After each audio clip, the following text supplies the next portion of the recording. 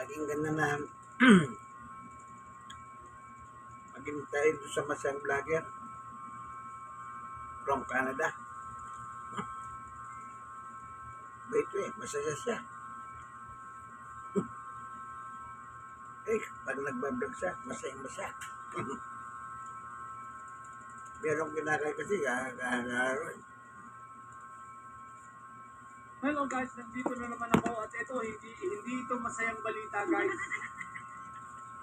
Hindi ito masaya para sa akin. Bakit? Ayan, si Mike Diferencia ay na-aresto na para sa plunder, sa kaso niyang plunder, ano. So nauna na nga, di ba, si Marco Tae na actually hindi naman pala sumuko, kundi nagkataon na pupunta doon sa sa Sandigan Bayan para doon sa inihain niyang motion to quash. Kaya problema, nilabasan na rin siya agad ng warrant. So, sa madaling salita, diretso na, huli na. Kasi hindi naman pala sumuko, talaga nagkataon nandun siya. So, hindi na siya makakalit, huli na agad. Pero ito, hindi masayang balita ito, malungkot na balita ito. Bakit guys? Kasi nga, di ba, ang inaasahan ko, si Mike Diferencia, matapang yan, may isog yan, talagang may paninindigan, ang inaasahan ko, siya ay manlalaban. So, guys, boring. Walang action. So, nakakalungkot, diba? Boring na nga yung may kay Marco Tae, tapos sumama pa to si Mike Diferencia, boring. Ang inaasahan natin, mga maisog sila, manlalaban sila diba? Kasi para makita nila natin sana, ma-experience sila yung experience ng mga na-EJK. Diba? Kaya lang, sumukulang, boring. Pero, sige, okay na. Okay na. At least, nakadahuli na. Diba?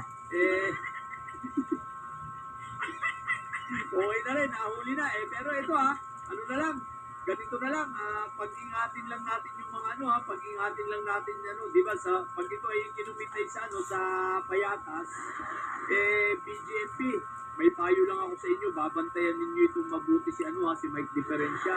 Alam nyo kung bakit?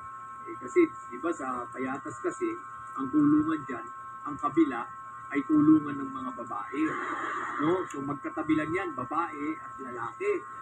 So ngayon, baka tumakas ito sa Mike Diferencia, huwag ninyong tatantanan, huwag ninyong lulubayan ng tingin. Talagang tutukan ninyo dahil baka tumakas yan, pupunta yan doon sa kabila. Pupunta yan doon sa mga kulungan ng babae. Naku po, malaking problema yun. Bakit? Alalahanin ninyo, pag nakarating yan, doon yan, lahat ng preso ron, mabubuntis yun. Kahit yung mga lesbian doon, mabubuntis yun. Delikado yan si Mike Diferencia butasan mo nga lang ang puno ng saging, tatablahin niya. So, delikado yan si Mike Diferencia. Kaya bantayan yung mabuti, ha? Pero dapat mag-iingat din yung mga makakasama nito sa kulungan. At alam niyo naman, ang pangarap ni Mike Diferencia, sabi nga niya, hindi man siya naging mayor ng Quezon City, at least sa kulungan magiging mayor siya. Siyempre, pag mayor yan, wala na, tabla-tabla yan. Kaya mag-iingat kayo, bakit? Alalahanin ninyo yung mga kasama nito sa kulungan, pag naging mayor yan. Yari kayo dyan. Jingay! Ay, sige, mag-i-enjoy si Jingay. Tuwan-tuwa yan si Jingay. Sige na. Alalahanin nyo, hindi na makakadalaw kay Mike Diferencia yung asawa niya. Kasi nga, mangungulungan din. Paano yung palipasan niya? Ang hilig pa naman yan. Diba? Dati nga, may kaso nga yan, diba, sa Timog? Diba? Tsaka yung sa Paddy's Point, nako, kita mo, kay TV Bar. Basta mahilig talaga yan.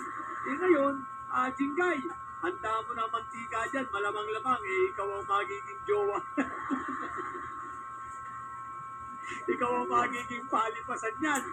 Pero bagamat ganon, ano pa man ang mangyayari, BGMP, bantayan yung mabuti yan, ha? Kung ayaw ninyo magka-problema, naku puro din. Pag yan, nakatakas, nakapunta sa kabilang mga kulungan. Sigurado, buntes ang mga babae. Mike Diferencia, ikaw naman, Pagtsagaan mo na lang si Jingkay, at least hindi ka makakabugtis. O, di ba? Anuhan mo na lang. Eh, total, marami namang mantika.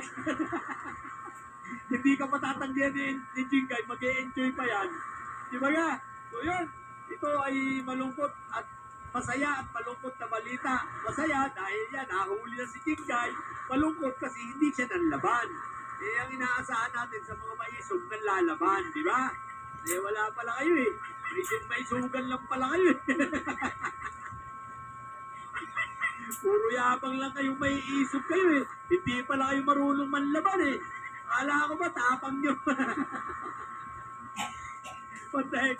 So yun lang. Saya-saya, mamaya, impeachment na. Abangan natin. Ay, nako. Kung mga pupunting dilis at may sayo dyan na nyo.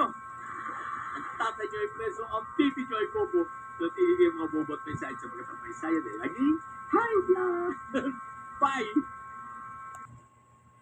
Ito naman, ibang naman to. Attorney Mga Ason kabunyog, naman to. mga kaubayan, magandang araw po sa inyong lahat. Lagi tayo ngayong naka-breaking news. Ang bilis talaga ng mga pangyayari, ano, mga kabunyog, mga kababayan. Breaking news na naman tayo. Kabi-breaking news lang natin kanina. Kaya lang kanina kasi, nung nag-live ako, wala pa, hindi pa ina-arresto si Marcoleta. Nandun pa siya sa Sandigan Bayan, katatapos lang ng hearing, nung kanyang motion. Na-deny yung kanyang motion, na nag-motion sana yung kanyang mga abogado, na i-defer muna yung pag-issue ng warrant of arrest, i-suspend muna yung proceedings, at pakinggan yung kanilang motion na i-quash yung kasong plunder. Kaya lang, agad-agad kanina rin, deny kaagad ang bilis ng desisyon ng 3rd Division ng Sandigan Bayan at pinasa kaagad ng chairman ng 3rd Division, si Associate Justice Carl Miranda. Binasa niya yung statement. May nakaredy na siyang statement. Ang statement nila, mayroong probable cause para mag-issue na ng warrant at nag-issue na sila ng warrant of arrest kaagad-agad. Mayroon na silang in-issue kanina. So, hindi na nakaporma si Marcoleta. Hindi na nakaporma kasi nandun siya, mga kapunyong, mga kababayan, ang purpose sana ng pagpunta niya kanina doon, kasama yung mga abogado niya, hearing ng motion. Siguro, ang iniisip ng mga abogado nila Marcoleta, baka mag-grant naman yung motion natin kasi wala namang basihan yung kaso eh.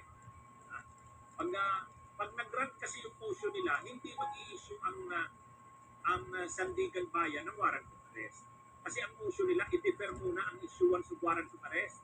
I-suspend muna ang proceedings at pakinggan yung kanilang motion na i-quash ang plunder kasi wala daw kabasi-basihan. Ito ang problema sa kanila, Kabunyog Big Mitrano. Kabunyog Mayra ay Malinchulusyo. Ang problema dito sa kampo ni Marcoleta, kasama na si Marcoleta, kasama na yung mga INC, yung mga DBS. Paniwalang talaga kasi sila na wala daw kabasi-basihan ang kaso ni Marcoleta. Yan yung kanilang paniniwala eh. Ito na naman, napahamak na naman sila. Kabunyog Baloy, Kabunyog Ansilin. Bakit napahamak na naman? Umattend kanina si Marcoleta, ang purpose nila pag didingin yung kaso nito, yung motion. Ibig sabihin, yung motion nila na i-defer muna yung issuance ng warrant of arrest, wag munang mag-issue ng warrant of arrest, papakinggan kanina. Baka ang ini-expect nila, pagkatapos nilang mag-argue kanina, hindi muna mag-i-issue ng warrant of arrest ngayon, titimbangin muna ng Sandigan Bayan, 3rd Division, yung mga argumento nila. So, ibig sabihin, makakauwi pa sila ngayon. Yung siguro ang iniisip nila. Kasi, kumbinsido sila. Sa tingin nila, wala talagang basihan. So, parang inabuso lang naman ng ombudsman yung kapangyarihan nito, di ba? Yan yung laging sinasabi nila. So, naniniwala sila na dahil mahina yung kaso, walang basihan, parang pilit. Ang sabi ni Atty. Topacio, pilit na pilit yung kaso daw ng ombudsman. Obvious daw na harassment lang. O, ang inaasahan nila, mag-grant yung kanilang motion. Hindi defer yung issuance ng warrant of arrest. So, makakauwi pa si Marcoleta. Kaya lang, doon mismo sa in-open court, dinina yung motion nila at binasa yung statement na mayroon ng inisyong warrant of arrest. Ano pang magagawa nila ngayon? Wala na. Hindi na nakapurma. Hindi na nakapurma. Kung baga ganito mga kabunyuga, nakikita niyo yung senaryo. Ang paniwala nila, matibay ang argumento nila na pilit yung parang binendalo nga para sa kanila kasi sa INC at sa mga DDS, binendalo, binaluktot yung batas. Hindi naman talaga plunder yun. Kasi paano naman daw naging plunder? Campaign donation naging plunder? Ha? Private funds naging plunder? So para sa kanila, wala. Ano ito? Sa tingin natin, magagrant yung motion natin na huwag mag-issue ng warrant pares kasi abuso talaga ang ginawa ng utos. Ang problema ganito. Agad-agad, nag-decide ang Sandigan Bayan, may probable po, denied ang motion na i-defer ang issuance ng warrant pares. Sige, okay. Iniisip nila, makakaulit pa tayo. Baka naman bukas. Hindi. Ang iniisip nila, hindi muna mag-decide kanina.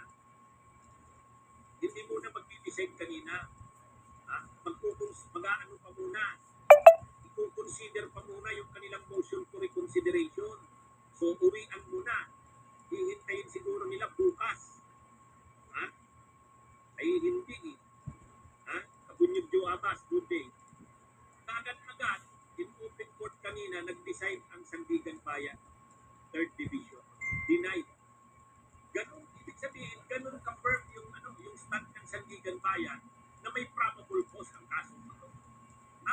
Denied na ngayon yung motion. Huwag na kayo maalis. Mayroon na kami dito, statement. Binasa ngayon yung statement. Anong laman ng statement?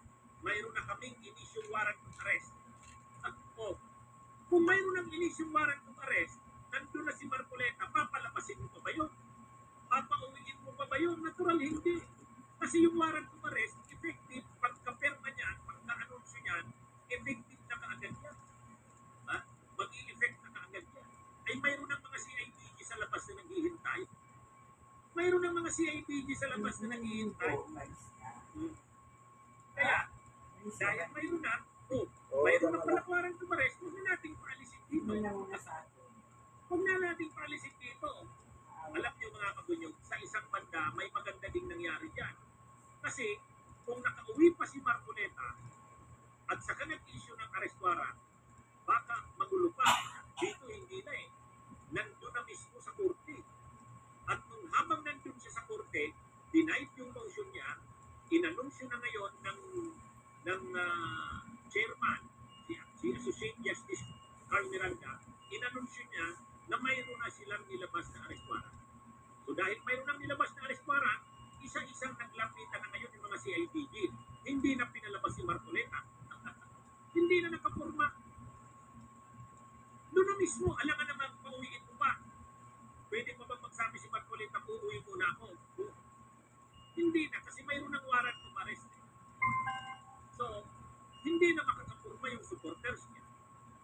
Kung yung mga nagsasabing baka magtago sa Central Temple ng Iglesia, hindi niya na magagawa yun. Hindi na siya nakapurma eh. Nandun na siya sa Sandigan Bayan. So ano ang ginawa sa kanya doon? Ang ginawa sa kanya, kaagad siya, in-announce na ngayon ng CIDG na arrested na siya. Kumbaga, in-announce na. Arestado na siya. Tapos, pag na-aresto na kasi, kung na-aresto na, pinipresent ulit yan doon sa korte. Parang return of warrant. O di ba may warrant of arrest? Yung warrant of arrest, isi-serve mo.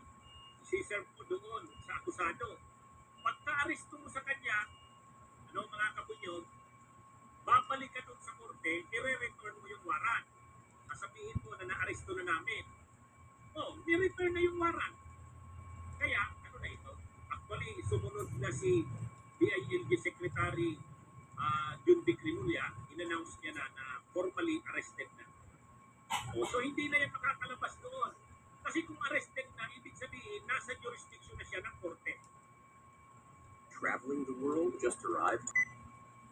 Pag dineclare kasing arrested na, ibig sabihin, ang may jurisdiction na sa kanya ang Sandigan Bayan. Ano na yan, maglalabas na yan ng commitment order, dadalhin na yan doon sa kulungan sa Payatas. Doon dadalhin yan. Kaya, kumbaga ang nangyari dito mga kabunyog, may magandang development din dito. Ibig sabihin, lumabas yung arrest warrant kay Marcoleta habang nandun siya sa korte. Dahil nandun siya sa korte, nandun na rin ang mga PNP, CIDG, hindi na siya pinalabas ng korte. Dinarito na siya doon.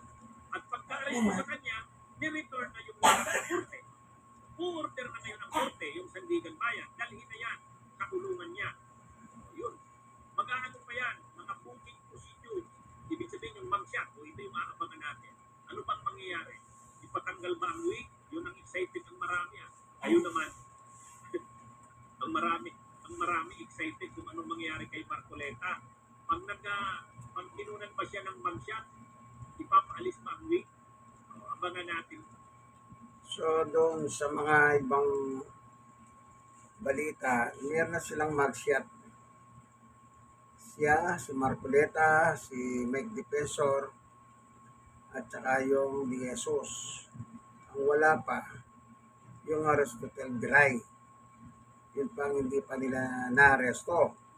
At na-aresto nila si Mike at saka yung De Jesus, magkasama sila sa isang coffee shop yata o restaurant na nag-uusap sila, gusto daw nila sumuko, kanya lang nauna silang na issuean nalatagan ng warrant, kaya hindi na sila nakapagpunta ng Sandigan po, kaya namag-shot na sila.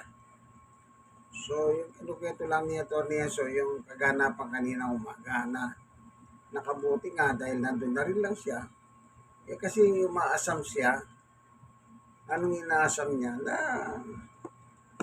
dinggin muna yung kanyang motion to pass para hindi maglabas ng warrant ang Sandigan. Diyan niyo po makikita kung paano ang kapangyarihan ng Diyos kumikilos na makapangyarihan. Hindi ko po sinasabing masama sila, pero ang problema sa kanila, lumalaban sila sa Diyos. Hindi nila kinikilala po ang gobyerno na siyang umiiral sa ngayon.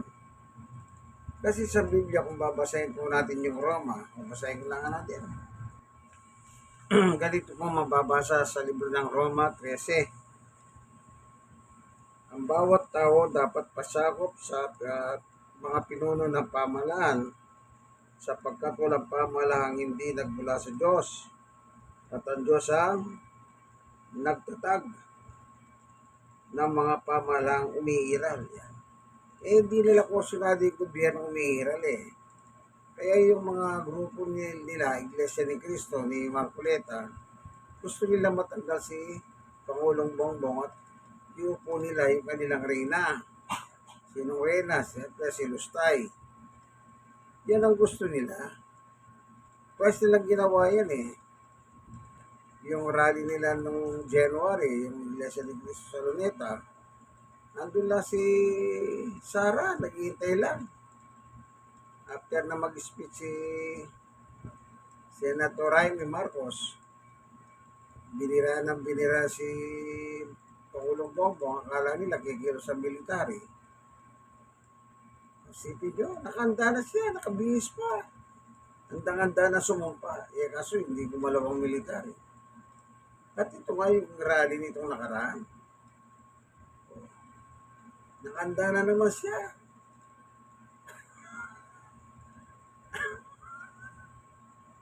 Pero walang nangyari. Hindi rin kumilos sa military. Kaya ganun ang nangyari. Kaya hindi nila mapaalis. Hindi papayagan doon sa yung kanilang may tinabalagin. Bakit nila gustong mawala si Pangulong Bongbong?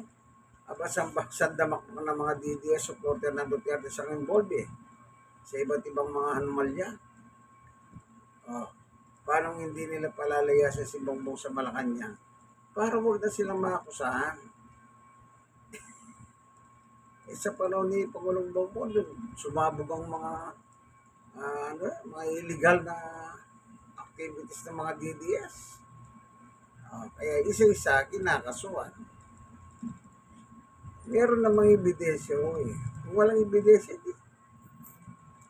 hindi naman ano yun eh. Kaya lang, ang masakit, talagang merong ebidensya. Kaya, nauna si Bong Revilla, si Jingoy Estrada, yan ngayon si Marcoleta, nadamay pa yung donor ng 75 billion, si Mike Defensor at saka yung Jesus, at yung Aristotle Biray ang wala pa. Lahat yan ikukulong doon sa payatas. Kung saan si Bong Revilla, si Jingoy, at saka yung mga district engineer ng DPW sa nakakulong din. Yan. Kumbaga, doon sila lalagay. Kaya naman sila doon lalagay para pag dumating ang hearing, malapit lang kasi yung kulungan sa payatas at saka sa Digang Bayan, isang kalsada lang yun. Isang kalsada lang. Kaya walang mahirap ibiyay sila. Wala pang guilty sa mga nakakulong. Kanya lang sila nawarat para anytime na may hearing, makadalo sila. Kasi kung makalaya sila, baka hindi na sila dadalo, magtatago. Kagaya ni Batugan. Nandiyo ba sino yung Batugan? Si Bato. Diba? Takot na takot. May tago ng tago. Pero dati din ng panahon na ibibigay din siya ng Diyos sa ustisya. Akala niya makakatagal siya. Darating din ng panahon, ibibigay siya ng Diyos sa ustisya. Sige, hanggang dito na lamang yan natin makikita. Pag nilalabanan niyo po yung gobyerno, o nilalabanan si Pangulong Bongbong, ang kalaban niyo po ang Diyos eh. At hindi ang papayagan Diyos na yung gusto ninyo ang mangibabaw. Kasi ang inyong layunin, hindi maganda yung layunin ninyo eh. Kayong mga lumalabang kay Pangulong Bongbong, ang layunin ninyo, hindi kabubuti ng bansa, kundi pagtakpan lahat ng mga kasama nyo na involved sa iba't ibang mga anomalya. Kay Pangulong Bongbong, wala, basta may sabi nga ni Pangulong Bongbong, pag may mga, sige, batas ang hihiral, sabi niya. Kita nyo, sa panahon ni Duterte, umiral bang batas? Walang batas na pinatay niya ang batas. Kaya eto kaya, merong batas, nayari na siya ng batas. Batas din ang himari kay Digong eh. Sige, hanggang dito na lamang Sana meron po kayong natutunan. Batas po, wala tayong political color, kaibigan. Wala tayong political color. God bless po sa inyo lahat. Lagi kayong manalangin, mainit ang panahon, kaibigan. At mainit pa ang politika sa ating bansa. Bye!